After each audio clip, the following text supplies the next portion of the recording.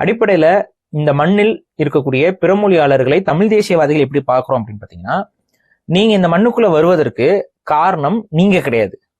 மாறாக உங்க முன்னோர்களுடைய நல்லதோ கெட்டதோ, அவர்கள் பஞ்சம் பிழைக்க வந்திருக்கலாம், இல்ல படையெடுத்து வந்திருக்கலாம். இதெல்லாம் உங்க முன்னோர்கள் பண்ணது. அது சரியோ தப்போ, ஆனா வந்துட்டீங்க தமிழ்நாட்டுக்கு. ஆனா நீங்க இந்த தமிழ் மண்ணில் வாழ்றீங்க, உங்களை வாழ வைக்கிறோம் தமிழர்கள். இதுல எல்லாம் எனக்கு எந்த மாற்று கருத்தும் கிடையாது, எந்த ஒரு வெறுப்புணர்வும் கிடையாது.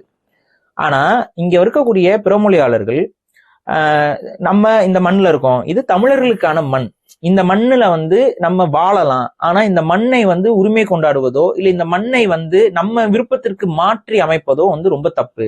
நம்ம முன்னோர்கள் உள்ள வந்துட்டாங்க, அதற்காக அதை ஒரு டோக்கனா பயன்படுத்திக்கிட்டு நம்ம இந்த மண்ணை சுரண்டுறதோ இல்ல இந்த மண்ணை அழிக்க முற்படுறதோ, இந்த மண்ணின் மைந்தர்களுக்கு எதிராக அரசியல் செய்வதோ ரொம்ப தவறுங்கிறத முதல்ல உணரணும்.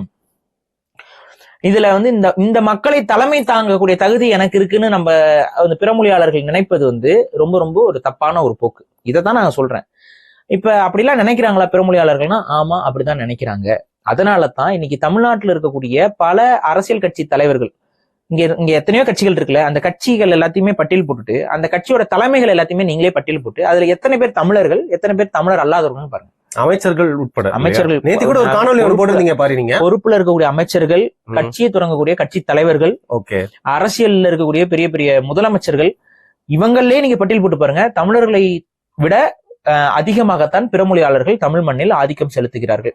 அரசியல் ரீதியா, பொருளாதார ரீதியா, வணிகர்கள் எடுத்துக்குவோம். தமிழ்நாட்டில் இருக்கக்கூடிய பெரும் வணிகர்களை ஒரு 5000 பேர் எடுங்க. முதல் லிஸ்ட்ல இருந்து 5000 பேர், ஃபர்ஸ்ட் பணக்காரங்கள்ல இருந்து அடுத்து 5000 பணக்காரங்க எடுங்க. இந்த 5000 பேர்ல எத்தனை பேர் தமிழர்கள், எத்தனை பேர் பிறமொழியாளர்கள், நீங்களே கணக்கிட்டு சொல்லுங்க. நான் கணக்கே போடல, நீங்க கணக்கு பண்ணி சொல்லுங்க. அதுல உங்களுக்கு தெரிஞ்சிடும் பிறமொழியாளர்கள் இந்த மண்ணில் ஆதிக்கம் செய்யறாங்களா. இல்ல இவ்வளவு எல்லாம் கஷ்டங்க, தமிழ்நாடு முழுக்கெல்லாம் கணக்கு முடியாது. சரி, ஓகே. இப்ப எந்த ஊர்ல இருக்கீங்க நீங்க? மதுரையில இருக்கீங்களா, கோயம்புத்தூர்ல இருக்கீங்களா, சென்னையில இருக்கீங்களா? எல்லாருக்கும் ஏதாவது அந்த ஊர்ல அந்த முக்கிய பெருநகரங்கள் கூட ஏதாவது ஒரு டைப்ல இருக்கும்ல. சரி, இப்ப ஃபார் எக்ஸாம்பிள் மதுரையில இருக்கேங்க நாங்க. சரி, ஓகே. மதுரையில அதிகமா வணிகம் நடக்கக்கூடிய இடம் எதுன்னு நீங்களே முடிவு பண்ணுங்க. மதுரையில அதிகமா வணிகங்கள் நடக்கக்கூடியது, பொருளாதார மையம் அதிகமா இருக்கக்கூடிய இடங்கள் எதுன்னு நீங்க முடிவு பண்ணுங்க. அந்த இடத்துக்கு போங்க, அங்க கடைகள் இருக்கும், கண்டிப்பா ஆயிரக்கணக்கான கடைகள் இருக்கும். அந்த ஆயிரக்கணக்கான கடைகள் நீங்களே கணக்கிடுங்க. அது யாரோட முதலாளிகள், யார் அங்க அந்த வேலை செய்யறாங்க, யார் முதலாளிகள், நீங்களே பாருங்க. இது தமிழ்நாட்டுடைய ஃபாஸான ஏரியான்னு சொல்லுவாங்கல்ல, பணக்காரர்கள் மட்டுமே வசிக்கக்கூடிய பகுதிகள். அந்த பகுதிகளுக்கு போங்க, அங்க தமிழர்கள் எத்தனை பேர் இருக்காங்க, பிறமொழியாளர்கள் எத்தனை பேர் இருக்காங்கன்னு பாருங்க. இந்த தமிழ்நாட்டுல பெரிய நகரங்கள்ல இருக்கக்கூடிய பெரிய பெரிய அபார்ட்மெண்ட்ஸ் இருக்குல்ல, அந்த அபார்ட்மெண்ட்ல 3 கோடி இந்த மாதிரி அதாவது இந்த கோடிக்கு மேல இருக்கக்கூடிய அபார்ட்மெண்ட்ஸ், இது எல்லாத்துக்குமே போங்க, அங்க இருக்கக்கூடிய மக்களை கணக்கிடுங்க, அந்த வாங்கியிருக்கோம். இப்ப இதெல்லாம் நான் பேசிக்கா சொல்றேன், இதை நீங்க எல்லாம் செஞ்சு பார்க்கலாம்ல. நான் சொல்றேன், நான் ஒன்னும் அரசாங்கத்துக்கிட்ட ரிப்போர்ட் வாங்கி கொடுக்கறதுலாம் அது பண்ண மாட்டேங்கிறாங்க அரசாங்கம். அதனாலதான் சாதி ரீதியான கணக்கெடுப்பு வேணும்னு நம்ம சொல்றோம். குடி வாரியான கணக்கெடுப்பு, அதுல பொருளாதார வாரியான கணக்கெடுப்பு எல்லாம் தேவை நமக்கு. நம்ம சொல்றது இதுக்காக தான், இதை அதிகாரப்பூர்வமா காட்டுறதுக்கு. ஆனா நம்ம மிகைப்படுத்தி சொல்றோம் நீங்க நினைக்கிறீங்கல்ல. அப்படி நினைப்பவர்கள்லாம் ஒரு லைவ் கேமரா கூட எடுத்துக்கோங்க.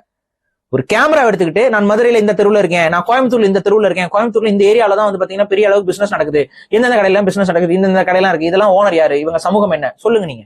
அப்ப நான் என்ன சொல்றேன், இங்க பிறமொழியாளர்கள் ஒரு படி அதிகமாக தமிழர்களை விட வாழ்ந்து கொண்டிருக்கிறார்கள். இப்ப நீங்க அப்படி வாழ்றது மேல பொறாமைப்படுறதோ இதுவோ கிடையாது. ஆனா அந்த இடத்துக்கு நீங்க நகர்வதற்கு என்னென்ன வேலைகளை செய்தீர்கள்? அந்த இடத்துக்கு நான் உழைத்துத்தான் வந்தேன் நீங்க சொல்ல போறீங்களா? அது உண்மை அல்ல, உங்களுக்கு நல்லா தெரியும். இங்க ஒரு பெரிய பணக்காரனா இருக்கானா, அவன் எந்த அளவுக்கு வரி ஏய்ப்பு செய்யறான், எந்த அளவுக்கு தவறான பிசினஸ்க்குள்ள இன்வால்வ் ஆகுறான், இதெல்லாம் நம்ம பார்த்துட்டு தான் இருக்கிறோம். அதுல தமிழர்கள் செய்யவே இல்லையானா சொல்ல, தமிழர்களும் செய்யறாங்க. ஒரு சிலர் அந்த இடத்துக்கு போனோம்னா இந்த தவறான செய்யறாங்க. ஆனா இந்த இடத்துல என்னன்னா, அரசியலும் இவர்கள் கையில இருக்கனால இவங்களுக்கு வேண்டப்பட்டவர்களுக்கு பாதுகாப்பு கிடைச்சிருது, இவங்களுக்கு வேண்டப்படாதவர்களுக்கு இங்க அவங்க மாட்டிக்குவாங்க. இப்ப நான் கேட்கிறேன், அதிகமா இந்த முறைகேடுகள் செய்து அதிக முறைகேடுல தமிழ்நாட்டுல கைதான நபர்கள்லாம் இருப்பாங்கல்ல, அதுல எத்தனை பேர் பிறமொழியாளர்கள், எத்தனை பேர் தமிழர்கள் பாருங்க. இங்க தமிழர்கள் அதிகமா இருக்காங்க. எப்படி? ஏன் அப்படி? ஏன்னா பிறமொழியாளர்கள் கட்டுப்பாட்டுல அரசாங்கம் இருக்கு. அந்த அரசாங்கம் யாரை கண்டிக்குதுன்னா, தமிழர்கள் யாராவது இந்த மாதிரி முறைகேடு பண்ணா அவங்கள அழகா புடிச்சிருது, அவங்க மேல இது பண்ணுது. ஆனா அதே இதை வேற நபர்கள் பண்ணும்போது அப்படி பேசுறது இல்ல. இது லாபி அந்த நான் கணக்கு. இப்படி சொல்றேன், தமிழ்நாட்டுல மணல் கொள்ளையன் யாருன்னு சொன்னா எல்லாரும் டக்கு டக்கு டக்குன்னு பதில் ஆமா. சொல்லுவீங்க. தமிழ்நாட்டுல கல்வி கொள்ளையன் யாருன்னு சொன்னீங்கன்னா இவங்க எல்லாம் இந்த மாதிரி என்னென்ன கொள்ளையர்களுக்கு நீங்க பட்டம் வச்சிருக்கீங்களோ அவங்க எல்லாம் யாருன்னு கேட்டீங்கன்னா டக்கு டக்கு டக்கு டக்குன்னு சொல்லிடுவாங்க. ஏன் ஒரு படி மேல போய் போலி சாமியார்கள் யாருன்னு கேட்டா முதல் ஆளா நித்யானந்தாவை சொல்லுவீங்க. அது நித்யானந்தா மட்டும்தான் இந்த ஊர்ல போலி சாமியாரா? ஏன்னா நித்யானந்தா மட்டும்தான் தமிழன். இந்த போலி சாமியார்கள்ல நித்யானந்தா மட்டும்தான் தமிழன், பிறப்பால் அவன் தான் தமிழன். ஆனா அவன் மட்டும் போலி சாமியார் இங்க எல்லாரும் சொல்லிடுவாங்க. மத்த சாமியார்லாம் என்ன உண்மையாவே இறைவனோட அருள் பெற்றவர்களா? இல்ல அவங்க எல்லாம் வந்துட்டு இந்த பெண்கள் இந்த மாதிரியான விஷயங்கள்ல மாட்டவே இல்லையா? இப்ப கூட கொஞ்சம் ஒரு நாளைக்கு முன்னாடி ஒரு ஆள் மாட்டினாப்ல, ஒரு வருஷத்துக்கு முன்னாடி. ஆமா. அவர்லாம் பிறமொழியாளர். அப்ப அவர் அதை பேச மாட்டாங்க, அப்படியே பாப்புலர் கல்ச்சர்ல வராது, யாரும் அதை கிண்டல் அடிக்க மாட்டாங்க, யாரும் கலாய்க்க மாட்டாங்க. ஆனா நித்யானந்தா மட்டும் போட்டு காலி பண்ணி விட்டுருவாங்க. சிவசங்கர் பாபா இப்ப அவங்க எல்லாம் பிறமொழியாளர். அப்ப அவங்களாம் அப்படியே இருப்பாங்க. அதுக்கு முன்னாடி ஒருத்தர் கல்கி பாபா, கல்கின்னு ஒருத்தர் இருந்தாரு. இவங்க எல்லாம் யாரு? பிறமொழியாளர்கள். இவங்க எல்லாம் நல்லவங்க.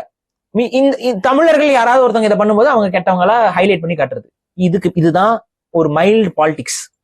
இந்த மைல்டு பாலிடிக்ஸ் காலங்காலமா தமிழ்நாட்டில் நடந்துகிட்டே இருக்கு.